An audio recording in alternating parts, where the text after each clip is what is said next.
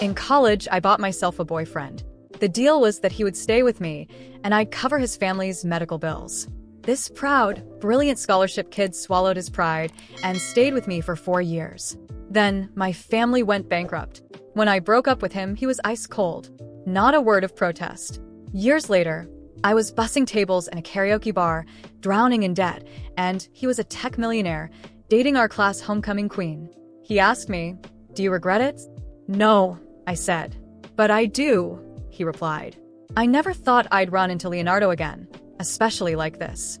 As I set down the fruit platter, I kept my head down, terrified he'd recognize me. Camila, the homecoming queen, sat beside him. They looked perfect together. A real power couple. "Excuse me," Leonardo called out. "Could you cut the oranges?" With my back to him, I sliced the oranges into thin wedges. A long time ago, when I loved oranges, Leonardo always cut them for me. He was meticulous about it, each slice perfectly uniform. Back then, I thought it was a sign of affection. Later, I realized it was just a habit. He could have been thinking about anything while cutting those oranges. Anything but me. Years felt like a lifetime. Somehow, the conversation drifted to college romances. Someone said, "I heard Leonardo had a girlfriend all through college." I froze. Leonardo hummed in agreement. "Wow. For years? That's your entire college experience?" Leonardo didn't respond. The guy, sensing the awkwardness, pressed on. "Must be pretty unforgettable, right?" A heavy silence filled the air. Finally, Leonardo let out a soft laugh. "Not really." He was just being polite. Camila chimed in, her voice smooth as silk. "We went to the same school. It was, well, let's say it was tough on him. If it weren't for his ex, we would have been together a long time ago." "Of course, Camila. You're a celebrity. No ex can compare to a star." The atmosphere lightened. I pulled my cap lower, desperate to escape. The fruit knife slipped, nicking my finger. I hissed, drawing attention. "What was that? Can't even cut fruit properly?" Camila complained. "I'm so sorry." "I'll get a fresh platter," I mumbled, grabbing the dish and making a dash for it. "Wait." Leonardo's voice cut through the air, sharp and clear. "Turn around." My feet were rooted to the spot. 1 second, 2 seconds. My manager appeared, saving me. "So sorry about that. She's new and still learning.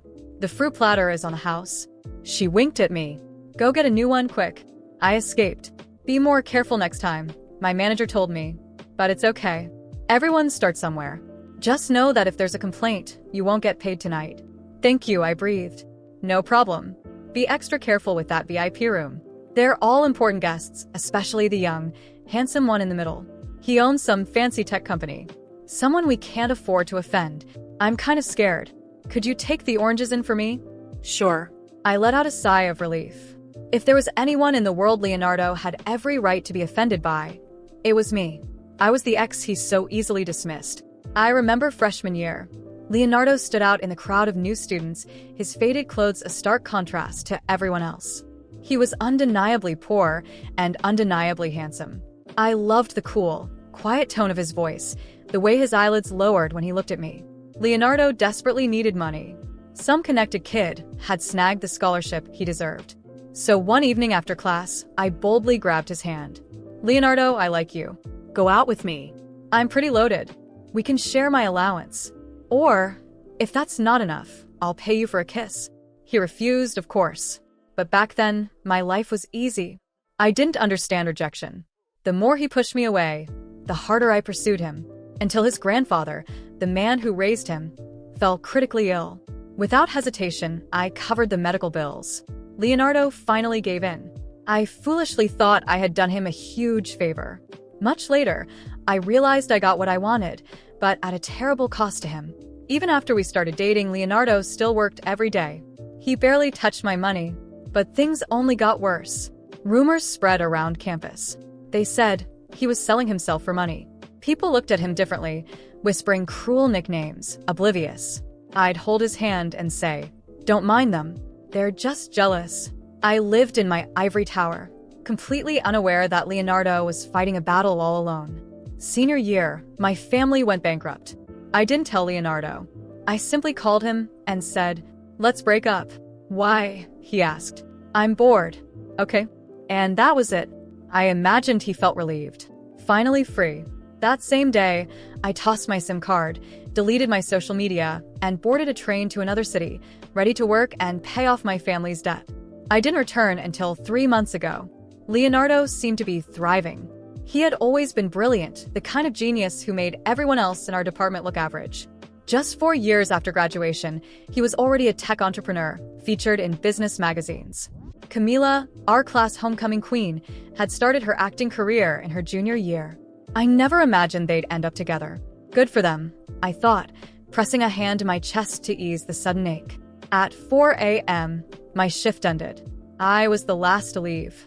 My coworkers, assuming everyone had already gone, had turned off the lights and shut down the elevators. I jabbed the elevator button, hoping it would come back to life. Call someone? Leonardo's voice startled me. Stiffly, I called a coworker. The elevator whirred back to life. Leonardo and I stood in the confined space. "You guys work this late?" he asked, his tone neutral. "We can't leave until all the guests are gone." "Must pay well, huh?" "It's okay." I stared at the floor, my cap hiding my face. Leonardo, seemingly not recognizing me, made small talk and then checked his watch. "This elevator is slow. My girlfriend is probably waiting. She's pretty clingy." That's when I realized he was talking about Camila. "And you? Working this late? Doesn't your boyfriend pick you up?" "I live nearby." The elevator doors opened. I bolted out. Leonardo, calm just moments before, suddenly exploded. "Running away again? Where do you think you're going?" Maya disappearing without a trace. "Do you think it's funny?" Leonardo closed the distance between us, his steps firm and deliberate. He was still the boy I remembered, but the boyish softness had been replaced by a sharp, controlled maturity. "Deleted your social media, disconnected your phone. Even your professors couldn't find you. You're quite the magician, Maya." Slowly, I raised my head and met his gaze. "You must have used your connections, right?" "My family went bankrupt. My father's still caught in legal battles. He hasn't paid off all the debt yet. Why didn't you tell me back then?" I was speechless. "Too proud, Miss Evans?" "No." Before I could finish, Camila appeared. "Oh my God, Maya. It really is you." She was even more stunning than in college, every hair perfectly in place. "Long time no see. Everyone's been looking for you. Why haven't we heard from you in 4 years?" I was down south. "No wonder," Camila said, eyeing my clothes with surprise. "Maya, isn't that the jacket you bought in junior year? It's practically falling apart. Why are you still wearing it?" I used to throw out clothes after one season. Her question was a clear jab, but I felt nothing. "It's still fine. Still wearable." Camila nodded knowingly. "Are you having a hard time? You should have said something. Old friends can help each other out." She pulled out a card. "Take this. You don't have to pay me back." "Thanks, but I don't need it." I looked at her, then at Leonardo, and gave a faint smile. "I'm getting married soon. Be sure to come." The words hung in the air, leaving Leonardo visibly shaken. The karaoke bar was just a side job. I had a full-time job too. On Monday, a new client arrived at the office. My coworkers were whispering, "I heard this guy is a genius. He created this software to find someone." "Who?" "His ex, I think." My stomach turned. A bad feeling crept in. Did he find hers? No idea. The software isn't finished yet, but investors are pouring money into it. Huge potential. That's why our boss wants to partner with him. I gathered the necessary documents. Leonardo's voice drifted from the meeting room. "I need to think about the partnership." I opened the door and placed the files on the table. Leonardo's eyes locked onto mine. "What are you doing here?" "Working," I replied. This was my main job. My boss looked curious. "Maya, you know Mr. Leonardo?" I hesitated, then said, "We've met." "Just met," Leonardo added, his voice tight with anger. I couldn't understand why he was so angry. Wasn't he the one who walked away without a second thought? He pointed at me. "Mr. Lee, I'll sign a contract on one condition. Maya Evans becomes my personal assistant." My boss agreed immediately, not even giving me a chance to object. They spent the entire day in meetings. In the evening, I grabbed my bag, ready to leave. Leonardo blocked my path. "Where do you think you're going?" "You haven't dismissed me, Mr. Leonardo. But I can't stay late today. I have something to do." "What is it?" "I have to make deliveries."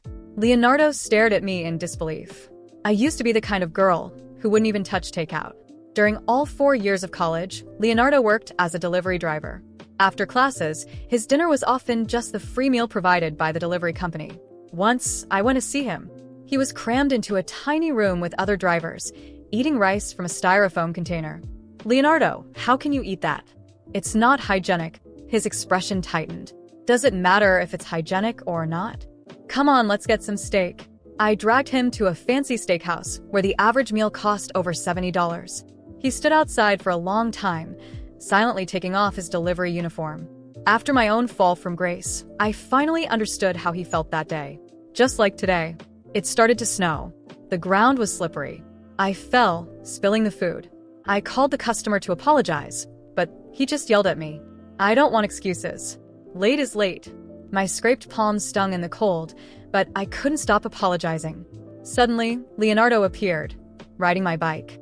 "Don't hide your hands," he said, his voice hoarse, his eyes rimmed red. "I need to deliver this first. Get in the car. I'll take you." The customer lived on the ground floor. When I handed him the food, he muttered, "Seriously? Driving a Porsche to deliver food?" I had another delivery waiting. "Don't," Leonardo said. "I have to. I haven't earned much today. Then, tonight, I'll buy it." "What?" A notification popped up on my phone. He placed an order and assigned it to me. "I'll buy your time for tonight." His words hung in the air, heavy with a weight I didn't know how to handle. Leonardo looked at me with a determination that unsettled me. He was no longer the shy, reserved boy from college. Now, he was a man who knew exactly what he wanted, and it seemed he was determined to make me the center of his plans. I hesitated for a moment before murmuring, "That's not necessary. I'm used to handling things on my own." "I know you are. But this time, let me help," he replied, his voice firm but carrying something deeper, almost concern. That night, he drove me home after I insisted on making one more delivery. The silence during the ride was nearly unbearable, yet somehow, his presence was comforting. When I finally parked my bike, he watched as I stored away the little I had earned that day. He didn't say a word, but the look in his eyes spoke volumes. In the following days, things began to change. As Leonardo's new personal assistant, I started accompanying him to meetings and projects. To my surprise, he insisted I genuinely contribute. He didn't want just an assistant for paperwork. He wanted me to be an intellectual partner, something that caught me off guard. Over time, the emotional distance between us began to shrink. He was much more human than I remembered. When we were alone in the office or at meetings, he would ask about my life, my family, my ambitions. He seemed genuinely interested, and I found myself, more than once, responding with a level of honesty I hadn't shown anyone in years. One night, while we were organizing papers for a project, I casually mentioned a problem I was facing. My house's boiler had broken, and with no money, I was getting by with cold showers and pots of hot water. I didn't want help. I only mentioned it as an excuse for my exhausted appearance. He didn't comment, but something in his expression changed. The next morning, I received a call from my landlord. He informed me that an anonymous benefactor had paid for the complete replacement of the boiler and even some extra repairs around the house. I was stunned, but I knew exactly who was behind it. When I confronted Leonardo at the office, he just shrugged. "You should never have to choose between basic comfort and dignity," he said. I didn't know how to respond. He wasn't trying to make me feel ashamed or indebted, but his generosity, which I didn't think I deserved, left me speechless. When I finally managed to whisper a "thank you," he gave a slight smile. "You did much more for me back then, Maya. If it weren't for the medicine you bought for my grandfather, I don't even know if I would have finished college. You thought I was with you only out of necessity, but the truth is, I was deeply grateful. I still am. No matter what happened between us, I'll never forget that." The sincerity in his words hit me like an unexpected blow. I knew I had hurt Leonardo when I disappeared, but I never thought he held any gratitude toward me. For a moment, the silence between us wasn't uncomfortable, but full of something unspoken, something beginning to grow between us again. But as always, Camila didn't take long to appear.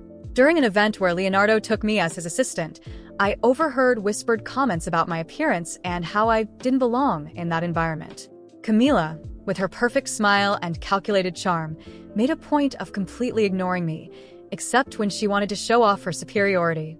However, Leonardo's reaction surprised me. He, who always seemed unshakable, suddenly intervened during a conversation where the whispers became obvious. His voice was firm and clear when he said, "Enough of this. Maya is beautiful, both inside and out. Unlike many here, she doesn't need masks or manipulations to be noticed. The room fell silent. Camila's gaze hardened, but Leonardo completely ignored her, turning back to me. For a moment, I felt a wave of emotion so strong I could barely process it. He didn't have to do that. He didn't have to defend me, but he did. And at that moment, I realized the walls I had built around my heart were beginning to crumble. In the weeks that followed, we spent more and more time together. He insisted I participate more actively in projects, and despite the initial tension, I started feeling comfortable around him again. Little by little, the small gestures, a coffee left on my desk, a ride home after a long day, a comment on how well I did something, began to mean more than I was ready to admit. One night, as we finished a project, he looked at me and said, "Maya, why did you never ask for help? You always seem to carry the world on your shoulders, but never let anyone help." "Maybe because I learned to rely only on myself," I replied with a sad smile. He shook his head, his gaze intense. "Maybe it's time to change that." I didn't know what to say, but for the first time in years, I felt that maybe, just maybe, I was ready to try. The idea of letting someone into my life again, especially him, didn't seem so impossible anymore. And even though everything seemed to be heading towards something new and unexpected, I knew that our story was far from over.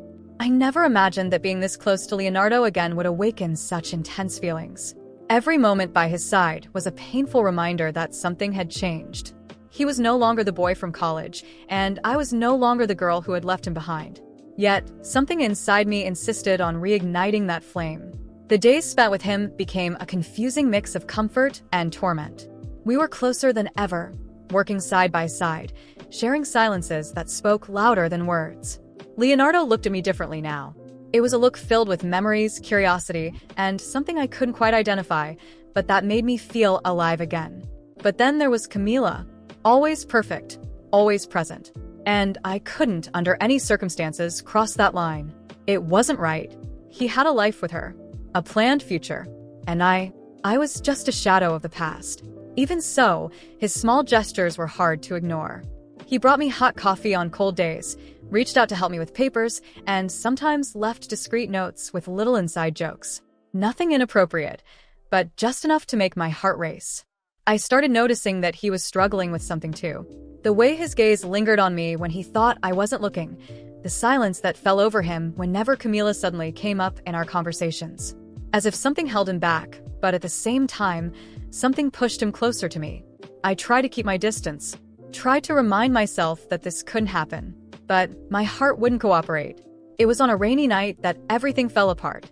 We were stuck at the office because of a storm. Everyone else had already left, except the two of us. The sound of rain beating against the windows filled the silence between us. Leonardo was sitting on the meeting room couch, his head in his hands. I sat far away, trying to focus on the report I needed to review, but I couldn't take my eyes off him. "Are you okay?" I asked, barely above a whisper. He slowly lifted his head and looked at me. His eyes were tired, but there was something more. A deep sadness. "Sometimes I wonder if I'm living the life I really want to live," he said, his voice low, almost to himself. I didn't know what to say. I just watched him, feeling my chest tighten.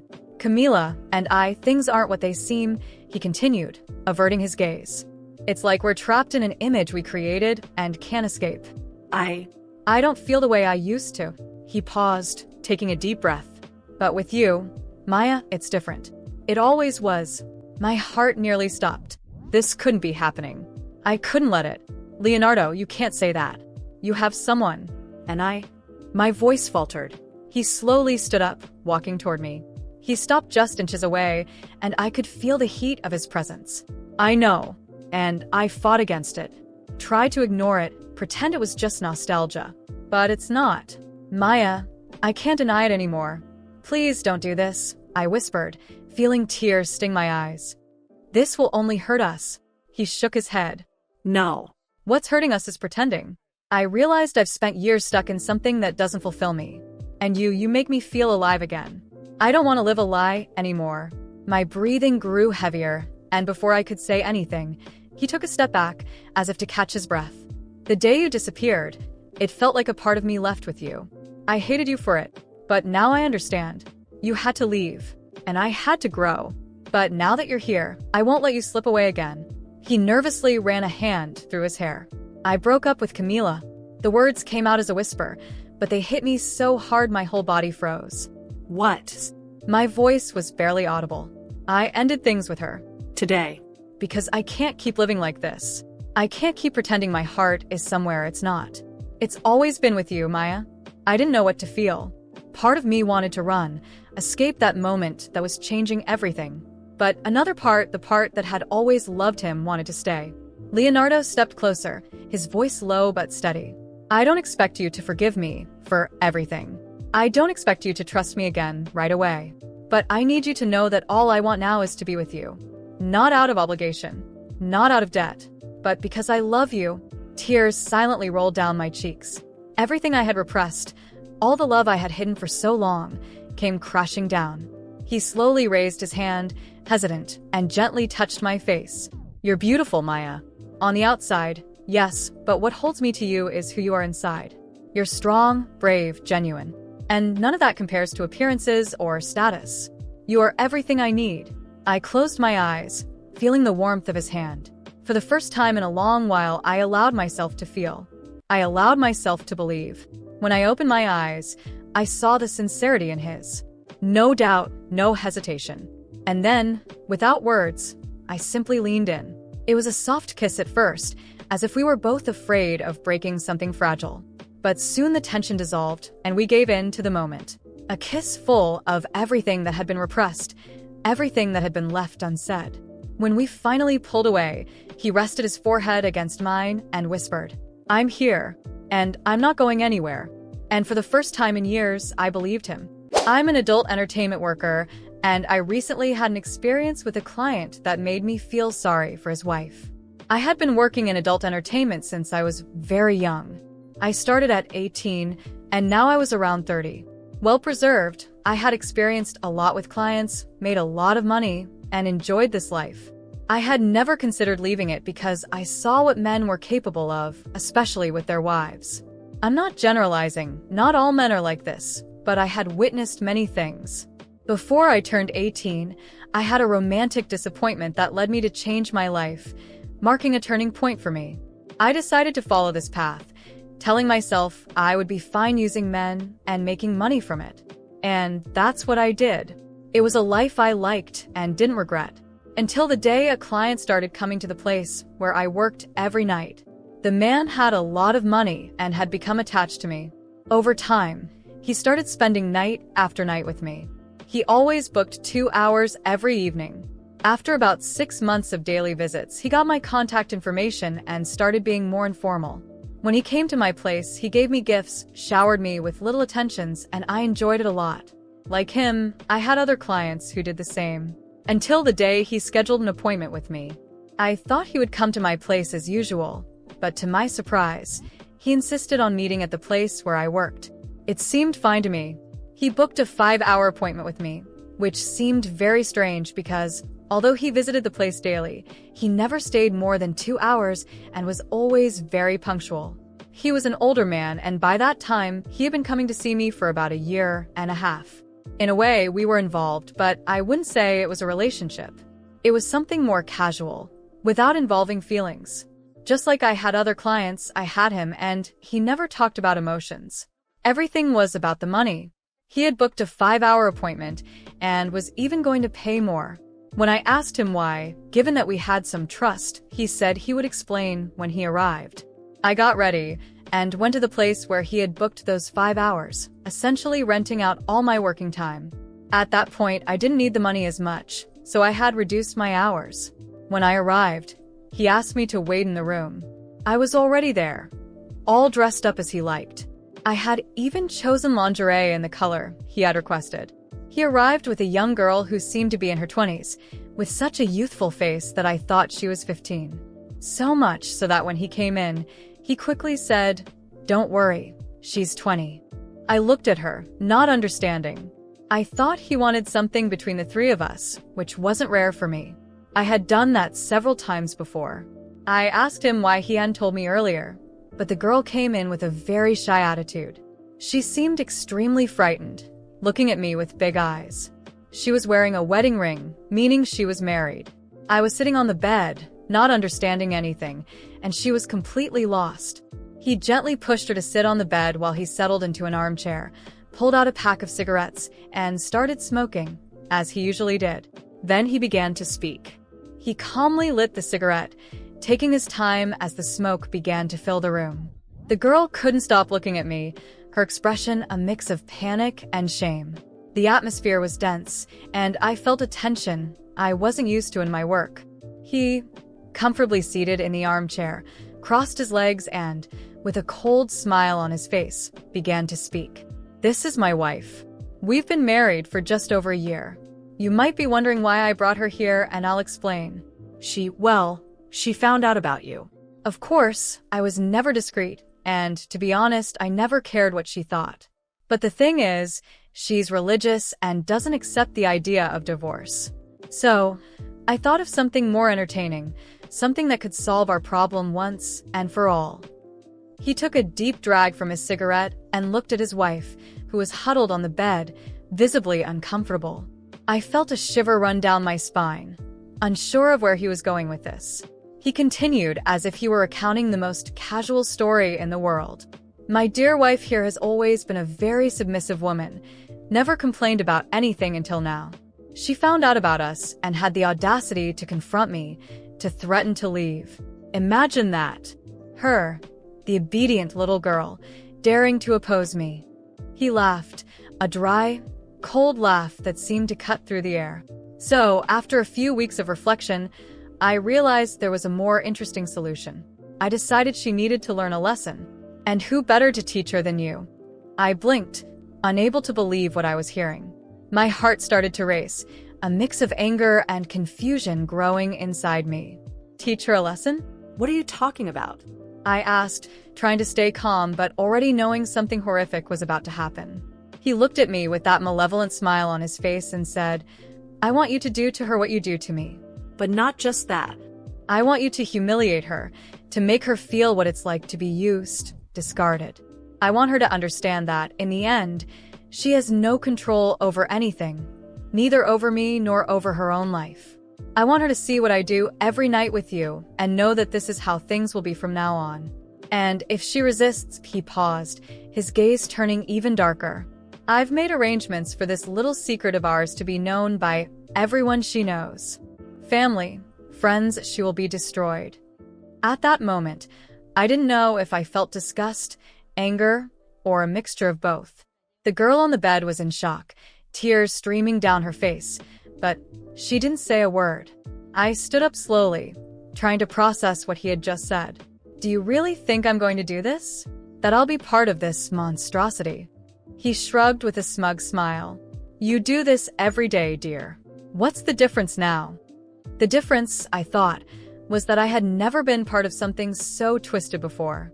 This man, whom I had seen as just another client, had revealed his true face, a cruel manipulator willing to destroy his own wife for sheer sadistic pleasure.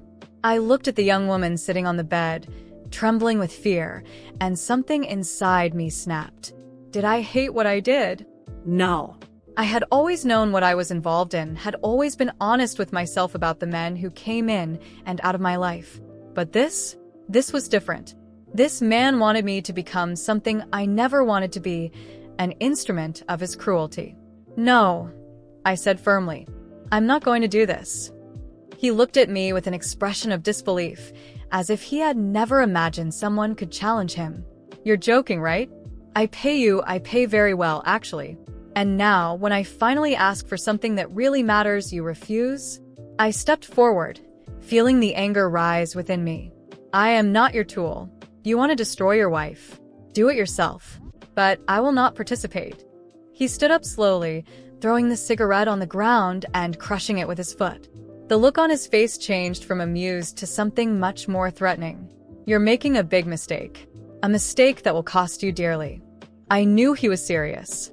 The kind of men I worked with didn't take challenges easily. But at that moment, something inside me broke. I could no longer ignore what he was, what he represented. "Get out of here," I said, trying to keep my voice steady. "And take your wife with you." He stood there for a few seconds, staring at me as if deciding what to do. Then, without a word, He turned to the young woman on the bed and pulled her by the arm, dragging her out of the room. She looked at me one last time, with a look I would never forget, a mix of gratitude and despair. As the door closed behind them, I felt a wave of relief mixed with deep anger. That was the day I realized that no matter how much I thought I had control over my life, there were limits. There were things I would never be willing to do, even for money. And at that moment, I knew my life was about to change. I could no longer continue in that world, knowing what could happen. After that day, no matter how hard I tried to move on, I couldn't get that scene out of my head. The image of that young woman, so terrified and so lost, haunted me. I knew it wasn't my responsibility, knew that what she was going through with that man was beyond my control, but something within me wouldn't let me simply ignore it. Maybe it was the fact that I had also suffered a major heartbreak before entering this world, or perhaps it was the sheer and simple empathy I couldn't suppress. I knew, from the moment he left dragging that woman, that she wasn't just trapped in an unhappy marriage, she was under the control of a cruel man. And as a witness to that abuse, I couldn't simply pretend nothing had happened. I began to search for them discreetly. I knew where he lived and worked, and through some contacts, I learned that she hardly ever left the house. Every time I remembered the look of desperation in her eyes, something gnawed at me from within. I started looking for ways to help. First, I tried to approach her discreetly in public places. I saw her several times in a supermarket or a pharmacy, always with that empty look, always downcast. But when I tried to get closer, she would flee. It was as if she feared any contact. Deep down, I knew she was trapped in a cycle of abuse, a cycle that was hard to escape. And the more she ran, the more compelled I felt to do something. The situation reached a point where I couldn't focus on my work anymore. I stopped accepting clients for weeks, and my mind was fixed on finding a way to help that woman, even if she didn't know, or worse, didn't want it. I decided I needed evidence of the abuse. I knew that her testimony alone wouldn't be enough, and she would never speak out on her own. The only way to take that man down was with solid evidence. That's when I started investigating more thoroughly. I discovered, through some connections, that he was violent not just at home but also in shady business dealings. He had several accounts moving money in suspicious ways, which gave me an edge in tracking his movements. I managed to discreetly install a hidden camera in a place where he frequently met with other men to discuss shady matters. But that wasn't enough. I needed proof of physical abuse. One night, after weeks of observation, the opportunity arose. He came home drunk, shouting at her right at the door. I decided that this was the moment. I could no longer wait. I called the police, reporting the assault. Meanwhile, I filmed everything from a distance through the window with a discreet camera. Every word he said, every insult, and finally, the moment he raised his hand and struck her hard. My heart raced, but at the same time, I knew I was doing the right thing. The police arrived within minutes, and he was taken away. I was called to testify as a witness, and the footage I recorded was more than enough to ensure his conviction. At that moment, I thought I had finally done something good, that the woman who had suffered so much at his hands would finally be free. I felt relieved, as if I had achieved justice. However, my illusion that she would be grateful was quickly shattered. A few days later, I went to find her to see how she was doing. I thought it would be a meeting full of relief, that she would understand the sacrifice I had made and how much I had tried to help her. However, as soon as she saw me, her expression changed from fear to something much darker. "You destroyed my life," she told me, her eyes filled with fury. "You did this on purpose. I know what you want." I was in shock, not understanding what was happening. "I just wanted to help you," I said, trying to calm the situation. He was hurting you. I couldn't let it continue. She approached me with eyes full of hatred. "I didn't ask for your help. He's my husband, and now you've taken him away from me. You did this because you want him all to yourself. I thought you were just another prostitute, but now I know you want to steal the man I love." I tried to argue, explain that it wasn't like that the man was destroying her, but she didn't want to listen. She started insulting me, humiliating me, throwing in my face the fact that I worked as an escort. Do you think you're better than me? Just because you make easy money? I know how you seduced him, how you manipulated him. You want my place, but you'll never be more than a cheap woman. He will never love you like he loves me." Her words cut deep. I knew she was in denial, trapped in a toxic cycle, but still, the ferocity with which she attacked me left me paralyzed. The woman I had tried to save was blaming me, hating me, and more than that, she was willing to endure any abuse just to not lose the man who was abusing her. I stood there, speechless, as she continued to scream, tears streaming down her face. Finally, she turned and walked away, leaving me alone, stunned. I didn't expect thanks, but I never thought I'd be blamed for saving someone from a monster. That day, I learned a bitter lesson. No matter how much you want to help someone, not everyone is ready to be saved. Some people, no matter how much they are suffering, prefer their chains to freedom. Weeks passed since that tumultuous day, and, to my surprise, or perhaps not so much, he was released.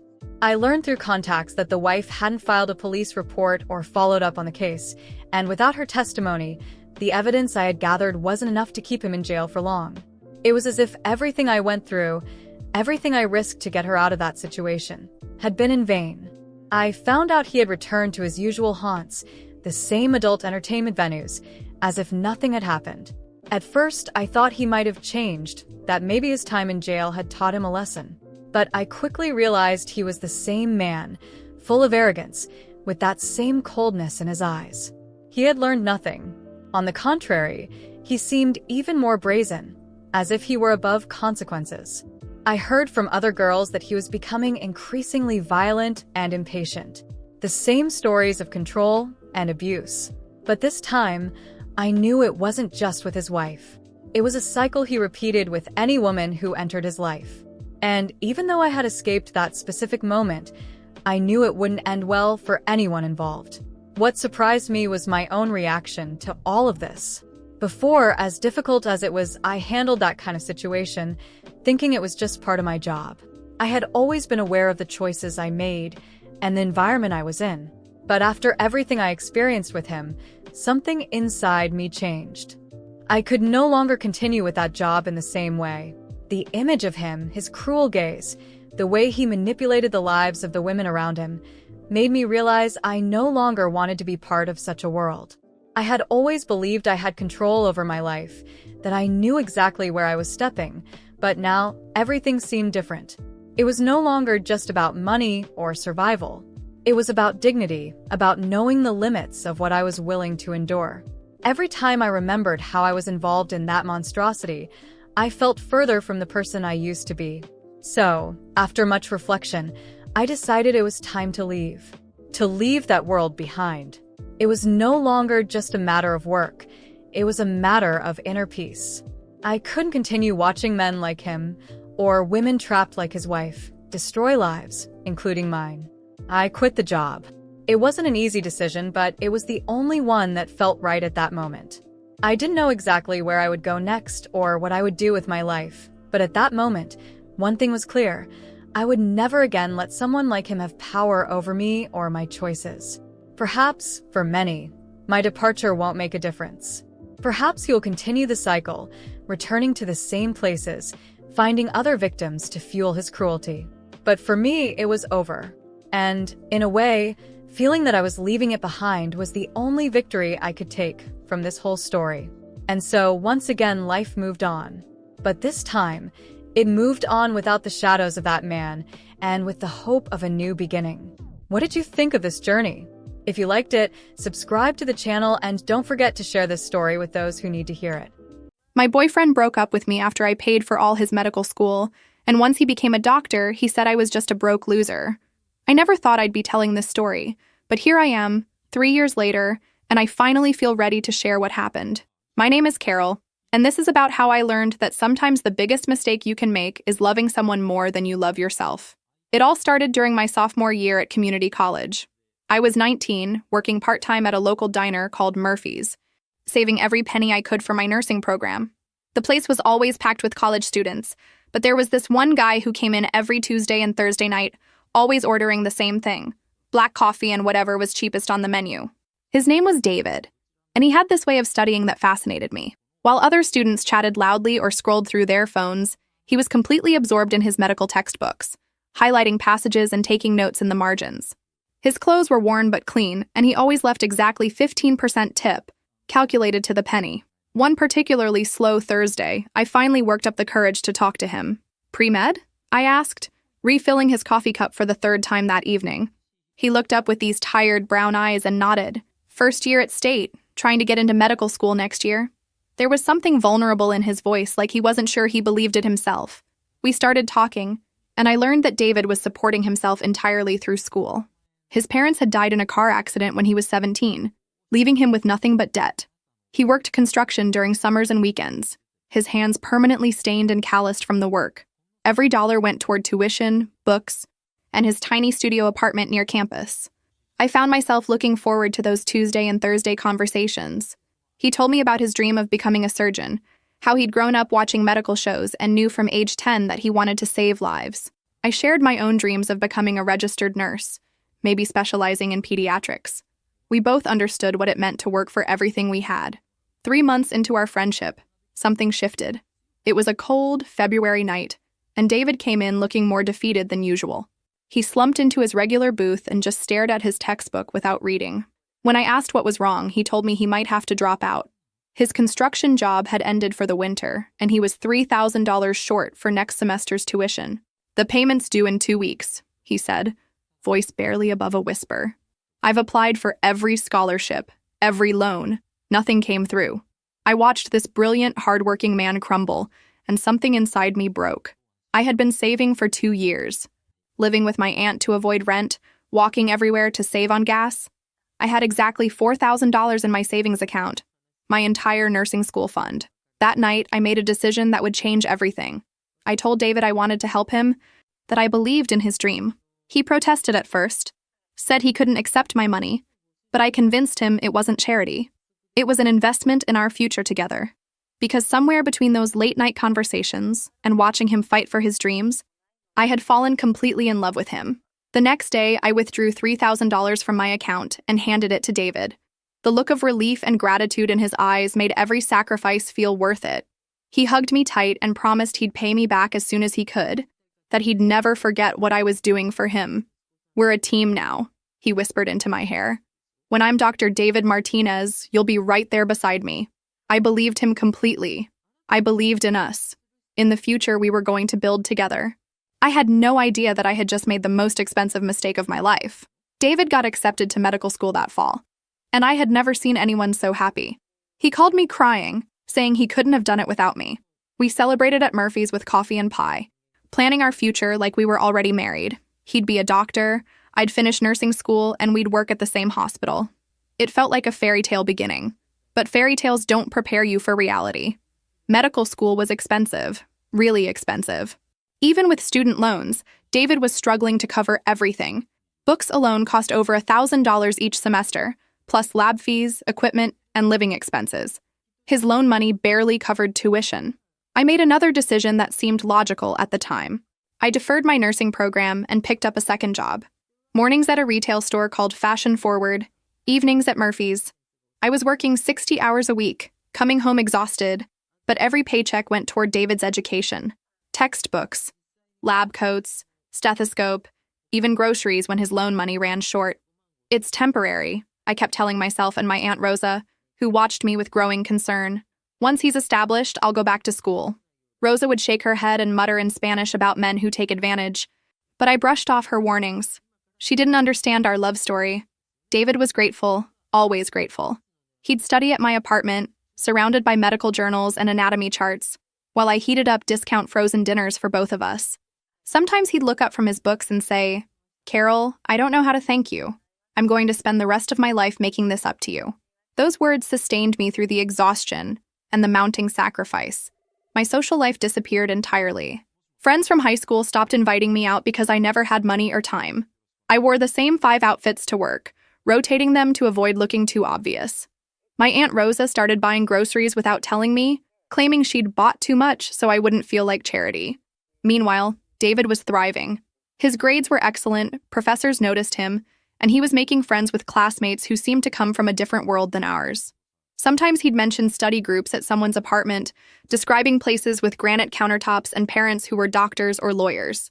I felt proud that my boyfriend was smart enough to belong in those circles. The hardest part wasn't the money or the exhaustion. It was watching David change, subtly at first. He started using medical terminology in regular conversation, correcting people's pronunciation of health-related words. He bought new clothes for school, saying he needed to look professional for clinical rotations. Somehow, my thrift store finds suddenly weren't good enough for study dates with his new classmates. "You should dress better when you come to campus events," he said one day. Not meanly, just matter of fact. First impressions matter in medicine. I nodded and agreed, secretly calculating how many extra shifts I'd need to afford something nice. I ended up wearing the same black dress to every medical school function, hoping no one would notice. During his second year, the requests became more frequent. Could I cover his car insurance so he could focus on studying? Could I pay for his board exam prep course? Each time I said yes, transferring money from my dwindling savings or picking up extra shifts. I was living on ramen noodles and peanut butter sandwiches, but David needed to eat well to maintain his energy for studying. "You're investing in our future," he'd remind me, and I believed him. I calculated that by the time he finished residency, I'd have invested about $40,000 in his education. It seemed like a lot, but doctors made good money. We'd pay off his loans together, buy a house. Maybe I'd finally go back to school. Rosa's comments became more pointed. "Mija, when is he going to invest in your future?" she'd ask. I'd get defensive, explaining that medical school was demanding, that David barely had time to sleep, let alone work. She'd purse her lips and change the subject, but I could see the worry in her eyes. By David's 4th year of medical school, something fundamental had shifted between us, though I was too in love to see it clearly. He had started doing clinical rotations at the university hospital, working alongside attending physicians and residents who came from money. Their conversations weren't just about medicine. They talked about ski trips to Colorado, their parents' vacation homes, internships their fathers had arranged through connections. David began staying after hours, not just for medical reasons, but for the social aspects. "Networking is crucial in medicine," he'd explain when he came home at midnight from another study session. I'd be waiting with dinner reheated for the 3rd time, and he'd barely look up from his phone as he ate, scrolling through messages from classmates I'd never met. The first real warning sign came when his classmate Josh invited him to a formal dinner at some upscale restaurant downtown. David mentioned it casually, then asked if I had something appropriate to wear. I showed him my black dress, the same one I'd worn to every medical school event for 2 years. His face fell slightly. "Actually, maybe you should sit this one out," he said, not meeting my eyes. "It's mostly going to be medical talk anyway. You'd probably be bored." I felt a strange hollow feeling in my chest, but nodded understandingly. Of course he needed to focus on his career. I wasn't hurt, just disappointed. These exclusions became more frequent. Department parties, study group dinners, networking events. Somehow I was never quite appropriate for any of them. When I asked about his new friends, David would give vague answers. "You wouldn't have much in common with them," he'd say. "They're all about medical careers and research." I started noticing other changes too. David would criticize the apartment we shared, mentioning how Josh's place had better lighting for studying, or how another classmate had a quiet home office. He'd complain about my work clothes hanging in the closet next to his suits, saying the smell from Murphy's kitchen lingered on everything. "When you go back to school, you should consider something more substantial than nursing," he said one evening while reviewing flashcards. "Maybe business administration or healthcare management, something that would complement my career better." I agreed enthusiastically, though privately I wondered when I'd have time or money for any degree program. The conversations about our future became shorter and less detailed.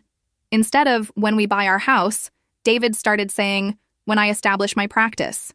Instead of "our wedding," he'd mention "settling down eventually." I told myself he was just stressed about residency applications, but the shift felt permanent.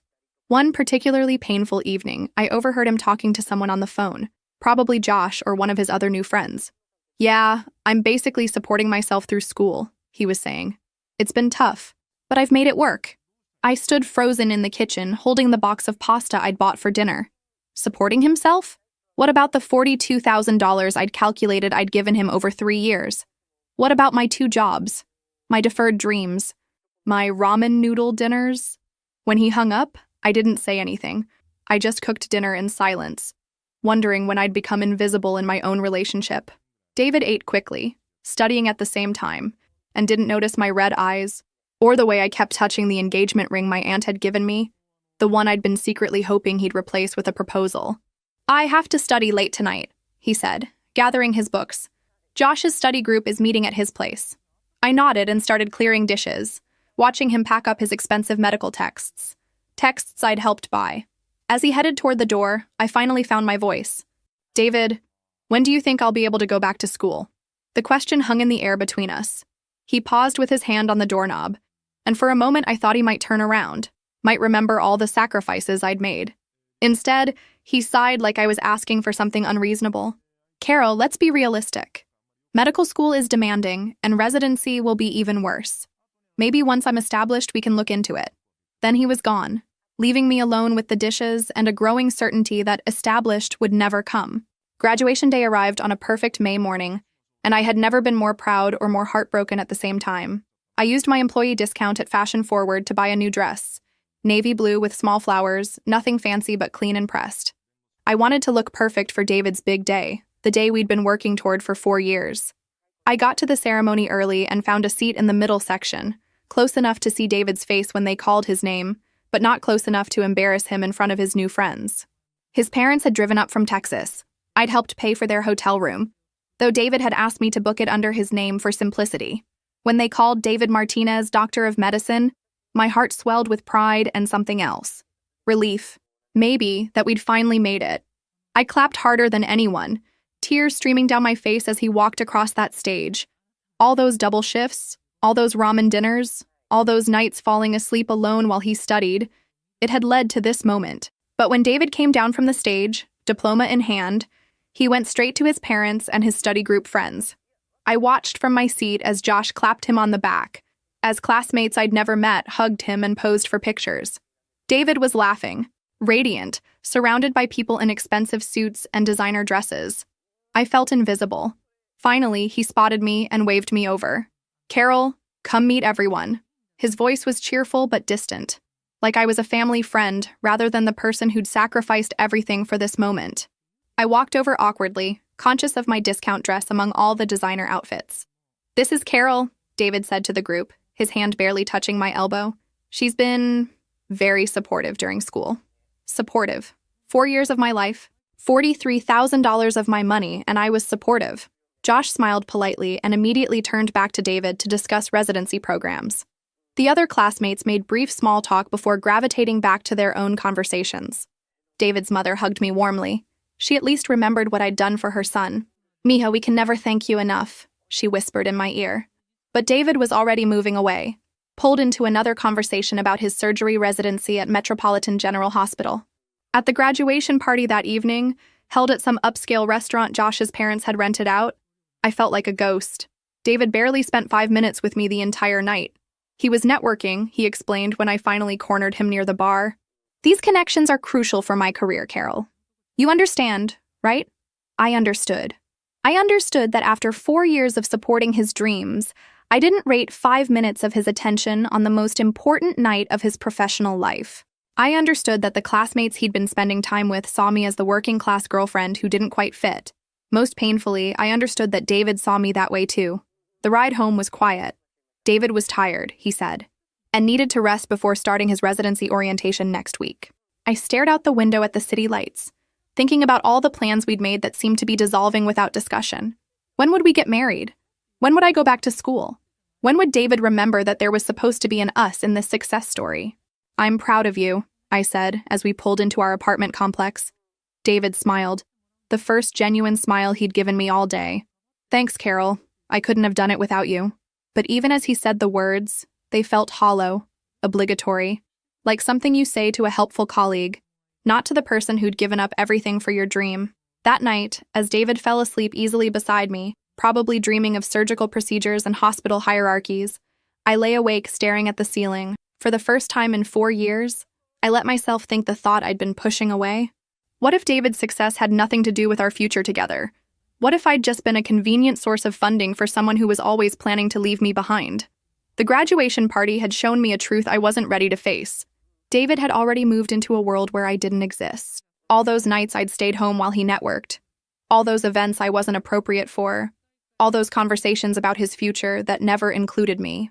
They had been preparation for this moment. The moment when Dr. David Martinez no longer needed Carol the waitress. David's residency at Metropolitan General Hospital began in July, and with it came a whole new level of distance between us. Surgery residents worked brutal hours, 12 to 16-hour shifts, sometimes sleeping at the hospital for days straight. I understood the demands of medical training, but what I didn't understand was why David seemed relieved by the separation. The few hours he was home, David was either sleeping or on his phone with other residents. They'd discuss cases, complain about attending physicians, and plan rare social gatherings that somehow never included me.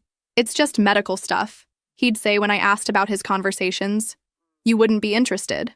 But I caught glimpses of these conversations, and they weren't always about medicine. I heard him laughing about restaurants I'd never been to, mentioning weekend trips to some resident named Alicia's family cabin, discussing wine tastings and cultural events that happened in a world far removed from Fashion Forward and Murphy's Diner. "Why don't I ever meet your resident friends?" I asked one evening when David came home from what he'd called a department meeting, but which had clearly involved alcohol based on the smell on his breath. "Carol, you work 2 jobs and you're always tired," he said, loosening his tie. "Besides, most of the residents are focused on their careers right now. The conversations are pretty intense. Medical ethics, research opportunities, career trajectories. I don't think you'd enjoy it." The implication stung. I wasn't smart enough, educated enough, ambitious enough for his new peer group. Never mind that I'd been supporting his ambitions for 4 years while sacrificing my own. Somehow I'd become the limitation in his success story rather than the foundation it was built on. Money became a constant source of tension. David's resident salary was modest but steady, about $45,000 a year. For the first time since medical school started, he had regular income. I assumed this meant I could finally cut back on my hours, maybe take some evening classes to restart my education. Instead, David informed me that resident life came with new expenses. "I need professional clothes for hospital functions," he explained, showing me a catalog of designer suits. "And I have to contribute to department social events. Plus, there are medical conferences I should attend for networking." Each item he pointed to cost more than I made in a month at either of my jobs. I kept working 60-hour weeks, now funding David's professional wardrobe and conference fees instead of textbooks and tuition. The goalposts had moved again, and I was too exhausted to protest effectively. "Once I finish residency and start making real money, we'll get everything sorted out," David promised. But "we" was starting to feel like he in all his future plans. The worst part was watching David change around his new colleagues. One evening, I stopped by the hospital to bring him dinner during a long shift. The security guard directed me to the resident lounge, where I found David laughing with 3 other residents, 2 men and a woman with perfect blonde highlights and scrubs that somehow looked designer. "David!" I called, holding up the bag of food from our favorite Thai place. The conversation stopped abruptly. David looked uncomfortable, like I'd walked into the wrong room. "Hey, Carol," he said, walking over quickly. "You didn't need to come all the way down here." But I could see the embarrassment in his eyes, the way he positioned himself between me and his colleagues, the forced casualness in his voice. "This must be the famous Carol," said the blonde woman, Dr. Alicia Chen, according to her name tag. Her smile was polite but assessing, taking in my fashion-forward uniform and tired appearance. "David's told us so much about you." Had he? Because David had told me almost nothing about her, despite mentioning her name constantly in his phone conversations. I tried to smile back, but the dynamic was clear. I was the girlfriend who brought food, not the equal partner in David's success story. "I should get back," David said quickly, taking the food bag. "Thanks for this, Carol. I'll see you at home later." It was a dismissal, gentle but unmistakable. As I walked back to the elevator, I could hear the conversation resume behind me, David's voice losing the strained politeness it had held while I was there. That night, David came home at 3 a.m. and slipped into bed without waking me. I lay there in the dark, pretending to sleep, and finally acknowledged the truth I'd been avoiding for months. David was ashamed of me. After everything I'd sacrificed, after 4 years of being his biggest supporter, I had become an embarrassment to the man I loved. The end came on a rainy Thursday in March, during David's 3rd year of residency. I should have seen it coming, but you never really prepare yourself for the moment someone destroys your life with such calculated cruelty. David had been increasingly irritable for weeks, snapping at me over small things like leaving dishes in the sink or asking about his schedule. He'd started staying at the hospital even when he wasn't on call, claiming he needed to study for his board certification exams. Our conversations had dwindled to logistics, bills, schedules, who would pick up groceries. That Thursday, I got home from my double shift exhausted and soaked from the rain. David was already there, pacing around our small living room with manic energy. For a moment, I felt hopeful. Maybe he wanted to talk. Maybe we could finally address the distance that had grown between us. "We need to discuss our future," he said without preamble, not even asking about my day or noticing that I was dripping wet. I sat down on our secondhand couch, suddenly nervous. "I've been thinking about my career trajectory," David continued, still pacing. "I'll finish residency next year, and I'm looking at fellowship opportunities. Cardiothoracic surgery, probably in Boston or New York. The connections I'd make there would set me up for life." "That sounds amazing," I said carefully. "When would we move?" David stopped pacing and looked at me with an expression I'd never seen before. Cold, almost clinical. "Carol, there is no we in this scenario. I think it's time we both faced reality." The words hit me like a physical blow. "What do you mean?" "I mean, I've outgrown this relationship," he said, his voice taking on a tone I recognized from when he talked to patients' families. Professional, detached, final. "Look at yourself, Carol. Look at your life. You're 26 years old, and what do you have to show for it? You work 2 dead-end jobs. You never finished any kind of degree. You have no professional aspirations beyond maybe nursing school someday." I stared at him, my mouth open. "David, I gave up school to support your dreams. I've been working 2 jobs to pay for your education, your clothes, your conferences. Nobody forced you to make those choices." He cut me off harshly. "Those were your decisions. I never promised you anything in return. I never asked you to sacrifice your own goals. You said we were a team." My voice cracked, 4 years of suppressed hurt finally breaking through. "You said you'd spend your life making it up to me." David laughed. Actually laughed. A sound so cold it made me recoil. "Carol, be realistic. Do you really think I can build the kind of medical practice I want with a girlfriend who smells like French fry grease? Do you think the department heads and hospital board members want to socialize with someone who shops at thrift stores?"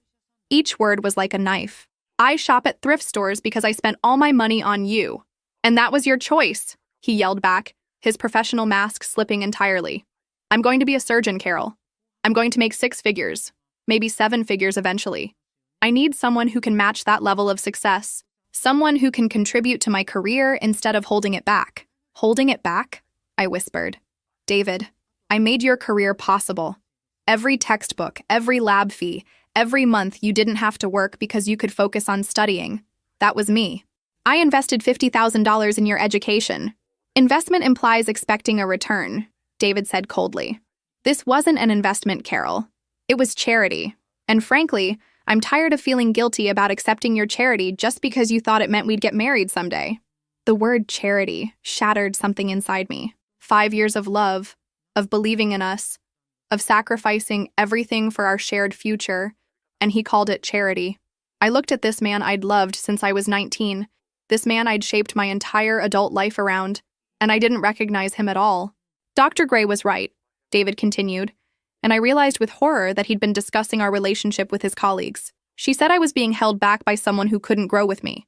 I deserve someone who can contribute to my success instead of just existing in my life." I stood up slowly, rain still dripping from my hair onto the floor. "Get out," I said quietly. "What?" "Get out of my apartment.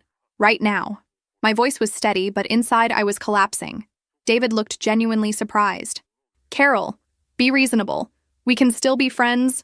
"Get out," I screamed, 5 years of suppressed pain erupting at once. "Take your designer suits and your medical journals and your superiority complex and get out of my life." For the first time in months. David looked uncertain, but only for a moment. Then he shrugged, went to the bedroom, and started packing his things into the expensive luggage I'd bought him for his residency interviews. As he gathered his belongings, everything I'd helped pay for over the years, I sat on the couch and felt my entire life crumble around me. 26 years old, no savings, no degree, no career prospects, and no future with the man I'd built my whole life around. The first month after David left was the darkest period of my life. I called in sick to both jobs for 3 straight days, lying in bed staring at the ceiling, replaying every moment of our relationship, and wondering how I'd been so blind. The apartment felt enormous and hollow, without David's medical books and equipment cluttering every surface. Aunt Rosa found me on day 4, using her spare key when I didn't answer her calls. She took one look at me, unwashed, surrounded by tissues and empty food containers, and immediately went into crisis mode. Without saying a word, she opened all the blinds, started a load of laundry, and made coffee strong enough to wake the dead. "Mija," she said, sitting on the edge of my bed with 2 steaming cups. "Tell me everything." So I did. I told her about the breakup, about David calling my love charity, about Dr. Gray and the embarrassment I'd apparently been to his career. I told her how stupid I felt for believing in our future, how completely I'd lost myself in someone else's dreams. Rosa listened without judgment, occasionally murmuring supportive words in Spanish, her face growing harder with each detail. "That boy," she said finally, "is going to learn what it means to lose something valuable. But right now, we need to focus on you."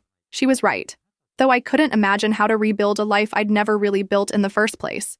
The practical problems hit immediately. Without David's resident salary contributing to rent, I couldn't afford our apartment alone. I gave notice and moved back in with Rosa, packing my few belongings into boxes that showed exactly how little I'd accumulated during 5 years of supporting someone else's life. Work became my refuge and my torment. At Fashion Forward, I folded clothes and rang up customers while fighting back tears. At Murphy's, I served coffee to college students David's age, remembering when I'd been young and optimistic too. My managers at both jobs noticed my distraction but were kind enough not to comment. I'd been a reliable employee for years. They gave me space to grieve. The worst part was running into people who knew us as a couple. David's former study partners, professors from the medical school, even patients' families I'd met during hospital visits. They'd ask how Dr. Martinez and his girlfriend were doing. I'd mumble something about being busy and change the subject, too ashamed to explain that the girlfriend had been discarded once her usefulness expired. Rosa insisted I start therapy. "You need to talk to someone who isn't family," she said firmly. "Someone who can help you understand that this isn't your fault." I resisted at first. Therapy was expensive, and I was already struggling financially. But Rosa had already researched sliding scale counselors and made me an appointment. Dr. Patricia Williams was a no-nonsense woman in her 50s who specialized in relationships and self-esteem. In our first session, I tried to minimize what had happened, suggesting maybe David was right about our incompatibility. Dr. Williams stopped me mid-sentence. "Carol, let me understand this correctly. You supported a man financially and emotionally for 5 years, enabling him to achieve his professional dreams, and when he no longer needed your support, he discarded you while claiming your contributions were worthless?" Her bluntness shocked me. "When you put it like that, it sounds like financial and emotional abuse," she finished, which is exactly what it was. Those sessions forced me to confront truths I'd been avoiding. I'd been so focused on being the perfect supportive girlfriend that I'd completely lost myself. I had no hobbies, no friendships independent of David, no plans for my own future. I'd become a satellite orbiting his life, existing only in relation to his needs and goals. "What do you want, Carol?" Dr. Williams asked during our 4th session. "Not what you wanted with David, not what you think you should want. What do you want?" I sat in silence for 10 minutes, genuinely unable to answer. It had been so long since I'd considered my own desires that I'd forgotten how to identify them. That night, I started a journal, writing down small things that made me feel curious or excited. A news article about renewable energy, a coding tutorial that popped up in an online ad, a documentary about women entrepreneurs. Slowly, very slowly, I began to remember the person I'd been before David, the 19-year-old who'd wanted to help people, who'd been fascinated by problem-solving, who'd dreamed of making a difference in the world. She was still in there somewhere, buried under years of making herself smaller to accommodate someone else's expanding ego. The anger came later, in waves that surprised me with their intensity. I'd be folding sweaters at Fashion Forward when suddenly I'd be furious about the $47,000 I'd calculated I'd spent on David's education. I'd be taking an order at Murphy's and remember his comment about French fry grease, and I'd have to excuse myself to rage cry in the bathroom. But anger, I learned, was progress. It meant I was starting to value myself enough to be outraged at how I'd been treated. 6 months after David left, I was browsing the internet during my break at Fashion Forward when an ad for a coding bootcamp caught my attention. Change your life in 12 weeks, from zero to software developer. Normally, I would have scrolled past, but something made me click through to their website. The testimonials were from people like me, career changers, single mothers, people who'd hit rock bottom and decided to rebuild. One woman had left an abusive marriage and learned to code at 32. Another had been laid off from retail management and now worked remotely for a tech startup. Their stories resonated with something deep inside me. I spent my entire lunch break researching the program. It was intensive, 12 weeks, full-time, covering everything from basic programming concepts to building actual applications. The cost was substantial, $8,000, but they offered income-based repayment plans. More importantly, their job placement rate was 93% within 6 months of graduation. That evening, I mentioned it casually to Rosa over dinner. "There's this coding program I've been looking at," I said, expecting her to remind me about our tight budget. Instead, her face lit up. "Mija, you used to love fixing things, remember? When you were little, you'd take apart every electronic device in the house just to see how it worked." I had forgotten that about myself. The curiosity, the satisfaction of solving puzzles, the way I'd always been drawn to understanding how systems functioned. The application process was rigorous. I had to complete several online challenges, write essays about my goals, and do a video interview with an instructor. As I worked through the coding exercises, something clicked. The logical structure, the cause and effect relationships, the way you could build something functional from nothing. It felt like coming home to a part of myself I'd lost. I got accepted 2 weeks later. The program would start in January, just over a year after David had walked out of my life. I gave notice at both jobs, despite Rosa's protests that I should keep one as backup income. But I knew that if I was going to do this, I had to commit completely. Half measures had gotten me into trouble before. The first week of boot camp was overwhelming. I was surrounded by people who seemed naturally gifted with technology. Recent college graduates who'd been coding since high school, engineers making career transitions, even a few people with computer science degrees who wanted to learn practical skills. I felt out of place and underprepared. But as the weeks progressed, I discovered something interesting. My years of customer service, of managing multiple jobs, of solving problems under pressure, they'd given me skills my classmates didn't have. When we worked on team projects, I was the one who could communicate complex ideas clearly. When deadlines got tight, I was the one who stayed calm and organized. I wasn't the most technically gifted student, but I was determined and resourceful. The breakthrough came during week 8 when we had to build our first full application. I chose to create a tool for restaurant workers, a scheduling app that would help servers and kitchen staff coordinate shifts and communicate with management. I drew from my years at Murphy's, understanding exactly what pain points the app needed to solve. My instructor Marcus was a former Google developer who'd left the corporate world to teach. He pulled me aside after I presented my project. "Carol, this is really impressive work. But more than that, you've identified a genuine market need and built something that actually solves it. Have you thought about what you want to do after graduation?" I hadn't really. I'd been so focused on just getting through the program that I hadn't looked beyond finding some entry-level developer job.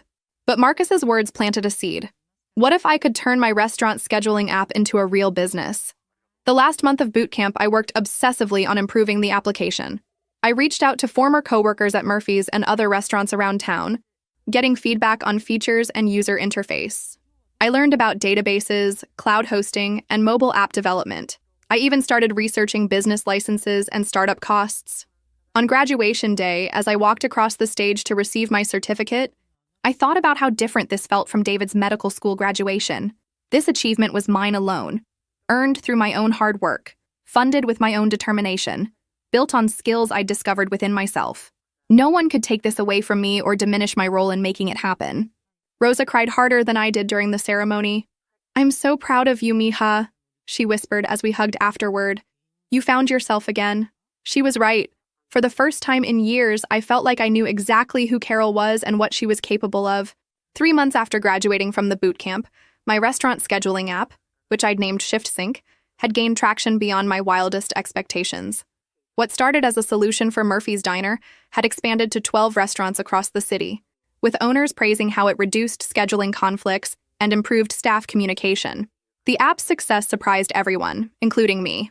Restaurant managers loved the intuitive interface, servers appreciated being able to swap shifts easily, and owners saw immediate improvements in staff satisfaction and operational efficiency. Word spread through the tight-knit restaurant community faster than I could have imagined. I was running the business from Rosa's kitchen table, handling customer support calls between coding sessions, and managing a growing list of feature requests. The income was modest but steady, enough to cover my basic expenses and start paying Rosa back for supporting me during the boot camp months. That's when Marcus, my former instructor, reached out with an opportunity that would change everything. His friend Jake Rodriguez owned a small tech consulting firm downtown and was looking for a junior developer to join his team. More importantly, Jake was intrigued by ShiftSync and wanted to discuss a potential partnership. The meeting took place at Jake's office in the downtown tech district, a converted warehouse space with exposed brick walls, standing desks, and the kind of creative energy I'd never experienced in retail or restaurant work. Jake was in his early 40s, a former software engineer who'd built his consulting firm by focusing on practical solutions for small businesses. "I've been watching what you've done with ShiftSync," Jake said as we sat in his conference room, my laptop open to demonstrate the app's latest features. "It's exactly the kind of innovation this city's service industry needs. Have you considered scaling it beyond restaurants?" I hadn't, but as Jake talked, possibilities opened up in my mind. Hotels could use similar scheduling tools. Retail stores struggled with the same shift management issues. Even healthcare facilities needed better ways to coordinate staff schedules. The core technology could be adapted for multiple industries. "I'd like to propose a partnership," Jake continued. "You keep ownership of ShiftSync, but we provide technical infrastructure, marketing support, and business development resources. In exchange, we take a small percentage of revenue, and you work with our consulting team on other projects to support yourself while the app grows." It was exactly what I needed. Validation from an established business, resources to scale ShiftSync properly, and steady income while building something larger. We shook hands that afternoon, and I started work the following Monday. Working with Jake's team was like discovering a new language I'd been meant to speak all along. My colleagues were brilliant developers and designers, but they valued my practical experience and user-focused approach. For the first time in my professional life, I felt like an equal contributor, rather than someone grateful to be included. Within 6 months, ShiftSync had expanded to 45 restaurants and small businesses across 2 states. We'd added features for payroll integration, time tracking, and employee communication that made the platform valuable for service industry managers. Revenue grew steadily from hundreds of dollars per month to a consistent $8,000 monthly. Jake insisted I attend a regional tech conference that fall to present ShiftSync as a case study in practical application development. Standing on that stage, explaining how I'd identified a real-world problem and built a solution that helped working people's lives. I felt a pride and purpose I'd never experienced during my years of supporting David's dreams. The audience was filled with small business owners, local entrepreneurs, and regional tech professionals, people who understood the value of practical solutions over flashy innovations. I found myself fielding thoughtful questions about user experience and sustainable business growth, holding my own in conversations about serving underrepresented markets. After my presentation, several people approached with business cards and collaboration ideas. A few local business groups wanted to discuss partnerships. Some restaurant chains expressed interest in customized versions of the platform. A regional business development organization invited me to join their entrepreneur mentorship program. For the first time since David had dismissed me as professionally worthless, I had options, real options, based on skills I'd developed and value I'd created independently. That evening, back in my hotel room, I looked at my reflection and barely recognized the confident woman staring back at me. I was 28 years old, running a profitable tech business, and surrounded by people who respected my expertise. The scared, diminished person who'd watched David walk away 2 years earlier felt like someone from another lifetime. I'd built something meaningful from nothing, and this time, no one could take credit for my success or claim I was holding them back. I learned about David's downfall the same way I learned most news these days, through LinkedIn notifications and local medical community gossip that filtered through my expanding professional network. It was 18 months after our last contact, and I was reviewing quarterly revenue reports for ShiftSync when Rosa called, her voice tight with barely contained satisfaction. "Mija, you need to see today's newspaper," she said. "Your ex-doctor is on the front page of the Metro section." The article was devastating in its clinical precision. Dr. David Martinez, surgical resident at Metropolitan General Hospital, had been involved in a serious medical error during what should have been a routine appendectomy. According to the investigation, David had been working his 3rd consecutive double shift when he made a critical mistake, nicking the patient's bowel during the procedure and failing to recognize the error before closing. The patient, a 42-year-old father of 3, had developed sepsis and spent 2 weeks in intensive care. While he eventually recovered, the incident triggered a comprehensive review of David's recent performance. The investigation revealed a pattern of corner cutting, inadequate preparation, and what the chief of surgery called dangerous overconfidence in his abilities. But the real destruction came from what they discovered during the disciplinary hearing. David had been falsifying some of his required training hours, claiming credit for procedures he'd only observed, and had been involved in a romantic relationship with Dr. Alicia Gray while she was his supervising resident, a clear violation of hospital policy that compromised patient safety protocols. The medical board's final report was scathing. David lost his medical license permanently, with the possibility of appeal only after 5 years and completion of extensive retraining. Metropolitan General terminated his residency immediately. The patient's family filed a malpractice lawsuit seeking $2 million in damages. I read the article twice, feeling a complex mix of emotions I hadn't expected. There was no satisfaction in seeing David's life collapse, just a hollow recognition that his arrogance and shortcuts had finally caught up with him. The man who'd once looked down on my simple work had proven incapable of handling the responsibilities he'd claimed to deserve. Jake found me in the break room an hour later, staring at my phone with the article still open. "Everything okay?" he asked, settling into the chair across from me with his usual concerned expression. "Just some news about someone from my past," I said, showing him the headline. "Remember that guy I mentioned once? The one who said I was holding back his medical career?" Jake read silently, his eyebrows rising with each paragraph. "Wow. Carol, this is actually really sad. Not just the career stuff, but what led to it. This guy clearly never learned the value of integrity or genuine preparation." He was right. David's downfall wasn't really about one surgical error. It was about years of taking shortcuts, believing his own hype, and assuming success was owed to him rather than earned through careful work and ethical behavior. The same attitude that had let him dismiss my contributions so callously had eventually undermined his professional competence. Over the following weeks, more details emerged through the medical community grapevine. David had been living well beyond his resident salary, accumulating credit card debt to maintain the lifestyle he thought a future surgeon deserved. The designer suits, expensive restaurants, and luxury apartment had been financed through borrowed money, based on expectations of income that would now never materialize. Dr. Alicia Gray had also faced disciplinary action for the inappropriate relationship, though she managed to keep her medical license. According to hospital staff who spoke off the record, she'd distanced herself from David immediately after the investigation began, claiming he'd pursued her despite her better judgment. The woman David had thought represented his ticket to medical elite circles had abandoned him as quickly as he'd once abandoned me. The most painful detail came from a mutual acquaintance who'd stayed in touch with David's parents. His mother had called Rosa, crying, asking if she knew how David could rebuild his life. Apparently, he'd moved back to his parents' house in Texas, completely broken, with no clear path forward and mounting legal bills from the malpractice case. "It's tragic," Rosa told me after hanging up from that call. "But Mija, it's also justice. Not because you wanted revenge, but because actions have consequences. The way he treated people, the shortcuts he took, the lies he told himself about deserving success without earning it, it all caught up with him." I found myself thinking about the conversation David and I might have had if we'd stayed together. Would I have noticed the warning signs of his professional recklessness? Would I have continued enabling his sense of entitlement? Or would I have found the strength to demand better from him? I'd never know, but I suspected the answer would have involved more years of making myself smaller to accommodate his expanding ego. Instead, I was sitting in my own office downtown, reviewing contracts for ShiftSync's expansion into the hotel industry, surrounded by business awards and speaking invitations that represented my actual worth in the professional world.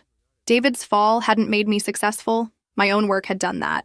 But it certainly confirmed that walking away from me had been the biggest mistake of his life.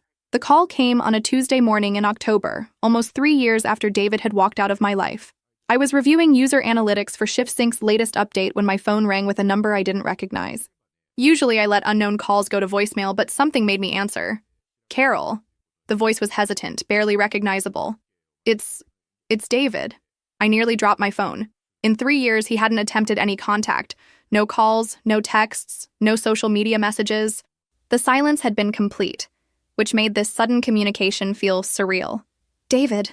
I kept my voice neutral, professional. "How did you get this number?" I called Murphy's. The manager there gave it to me. Of course he had. Jerry, the longtime manager, still remembered David from our dating years.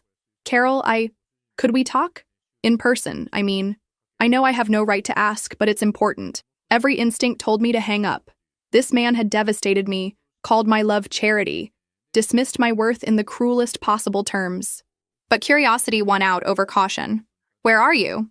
"I'm in town for a few days." staying at the Budget Inn on 5th Street. The Budget Inn. David, who'd once complained about the thread count of our sheets, was staying at the cheapest motel in the city. Could you meet me somewhere? Anywhere you want, just for coffee. Against my better judgment, I agreed to meet him that afternoon at Cornerstone Cafe, a trendy spot downtown near my office. I arrived early and chose a table by the window where I could see him coming. I wanted every advantage in this conversation. David walked in 10 minutes late, and I barely recognized him. The confident, well-dressed resident I remembered had been replaced by someone who looked genuinely defeated. His clothes were clean but obviously inexpensive. His hair needed cutting, and he'd lost weight in a way that made him look gaunt rather than healthy. Most striking were his eyes. The arrogance that had once defined his expression was completely gone. Carol. He approached the table cautiously, like I might bolt at any moment. Thank you for agreeing to see me. You look incredible. I did look good, and I knew it. Professional success had given me confidence that showed in everything from my posture to my wardrobe. I was wearing a tailored blazer that cost more than David's entire outfit, and my business cards were scattered on the table from a lunch meeting with potential investors. What do you want, David? I asked without preamble. I'd learned not to waste time on social pleasantries with people who'd proven they couldn't be trusted with my kindness. He sat down heavily, ordering coffee with hands that shook slightly. I want to apologize. For everything. For the way I treated you, the things I said, the way I threw away the best thing that ever happened to me. The words sounded rehearsed, like he'd practiced them. But there was genuine pain in his voice, a brokenness that 3 years ago would have made me want to comfort him. Now it just made me curious about what had prompted this sudden attack of conscience. I heard about your medical license, I said gently. I'm sorry that happened. David's face crumpled. Carol, I lost everything. My career, my reputation, my future. The malpractice lawsuit took every penny I had, plus money I didn't have. I'm 31 years old, living with my parents, working at a medical supply warehouse for $12 an hour. He continued talking, words spilling out like he'd been holding them back for months. He told me about the investigation, about Alicia dropping him the moment things got difficult, about how his former colleagues wouldn't return his calls. He talked about the shame, the depression, the complete collapse of the life he'd thought he deserved. But the worst part, he said, finally meeting my eyes, was realizing that I'd thrown away the one person who actually loved me for who I was. You supported me when I had nothing, Carol. You believed in me when I didn't even believe in myself, and I repaid you by treating you like you were worthless. I listened without interrupting, studying this broken version of the man who'd once been my entire world. Part of me felt sympathy for his obvious pain, but a larger part recognized this performance for what it was. Not genuine remorse, but desperation. What exactly are you asking for, David? I asked when he finished talking. I'm asking for a second chance, he said, reaching across the table like he might try to touch my hand. I moved mine to my lap. I know I hurt you terribly, and I know I don't deserve forgiveness. But Carol, we were good together once.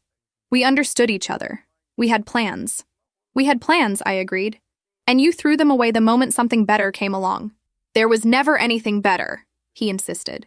Alicia? The whole medical school crowd? The status thing? It was all shallow nonsense. You were real, Carol. What we had was real. I sat back in my chair, processing his words. 3 years ago, hearing David say he'd made a mistake, that he still loved me, that he wanted another chance, it would have felt like vindication. Now it just felt like manipulation. David, are you asking me to take you back because you love me, or because you need someone to take care of you again? The question hung in the air between us. David opened his mouth to respond, then closed it again. The truth was written all over his face. David's inability to answer my question told me everything I needed to know. I watched him struggle with the truth, that his sudden desire for reconciliation had nothing to do with love and everything to do with his need for financial and emotional rescue. Carol, it's not like that, he finally said, but his voice lacked conviction. I mean, yes, my life is difficult right now, but that's not why I'm here. I'm here because I finally understand what I lost. I understand what you meant to me. No. David, I said calmly, you understand what I did for you. There's a difference. I pulled out my phone and showed him ShiftSync's website, scrolling through client testimonials and our service area map. His eyes widened as he took in the steady growth metrics and professional photos of me speaking at regional business events. This is what I built after you left, I told him. My own company, serving an industry I actually understand because I worked in it. We now serve over 200 businesses across 4 states, and I'm making more money in a month than I used to make in 6 months of double shifts. David stared at the screen, and I could see him calculating numbers, recognizing the level of success that had once seemed impossible for someone like me. Carol, this is incredible. I always knew you were smart. You just didn't think I was smart enough for your world, I finished. The world you thought you deserved to be part of, even though you hadn't earned your place in it. The harshness of my words made him flinch, but I wasn't interested in protecting his feelings anymore. David, do you know what I've learned about success? Real success isn't about impressing other people or fitting into their idea of who deserves what. It's about finding problems you can solve and solving them better than anyone else. It's about integrity, persistence, and genuine value creation. I gestured around the cafe, which was full of professionals from the downtown business district. Every person in this room knows my name now, not because of who I'm dating or what degree I have, but because I built something useful. That's the difference between earned success and entitled expectations. David was quiet for a long moment, staring into his coffee cup. When he finally spoke, his voice was small. I made a terrible mistake, Carol. I thought I was choosing a better life, but I was really just choosing empty status symbols over someone who actually cared about me. You did make a terrible mistake, I agreed. But not the one you think. Your mistake wasn't leaving me, David. Your mistake was never learning how to value people properly, starting with yourself. I stood up, gathering my things. This conversation was over. David, I genuinely hope you figure out how to rebuild your life in a way that's based on who you really are instead of who you think you should be. But that journey doesn't include me. Carol, please, he said desperately, half rising from his chair. I know I don't deserve another chance. But couldn't we at least try to be friends? I miss having you in my life. You miss having someone take care of you, I corrected gently. That's not friendship, David. That's dependency. As I walked toward the door, David called after me one last time. Carol, I'm sorry. I'm truly, genuinely sorry for everything. I turned back to look at him. This broken man who'd once made me feel worthless, who'd called my love charity, who'd been so sure I wasn't good enough for his future. I believe you are sorry, I said. But David, sorry doesn't rebuild the trust you destroyed. Sorry doesn't give me back the years I spent making myself smaller so you could feel bigger. Sorry is just a word. I walked back to my office through the downtown district I now called home, past restaurants where business colleagues waved from window tables, past the tech incubator where I mentored other entrepreneurs, past the coffee shop where I'd be meeting with venture capital investors the following week. That evening, I called Rosa to tell her about the encounter. How do you feel, Mija? She asked after I'd recounted the entire conversation. Grateful, I said, and meant it. If David hadn't left, I never would have discovered what I was capable of. I would have spent my whole life supporting someone else's dreams instead of building my own. 6 months later, ShiftSync had grown to serve over 200 businesses across 4 states. Our monthly revenue had reached a steady $40,000, which meant my personal income was finally at a level I'd never dreamed of. Around $15,000 per month after business expenses and taxes. For the first time in my life, I had genuine financial security. I wasn't wealthy by any measure, but I was comfortable. I could afford a nice 1-bedroom apartment downtown.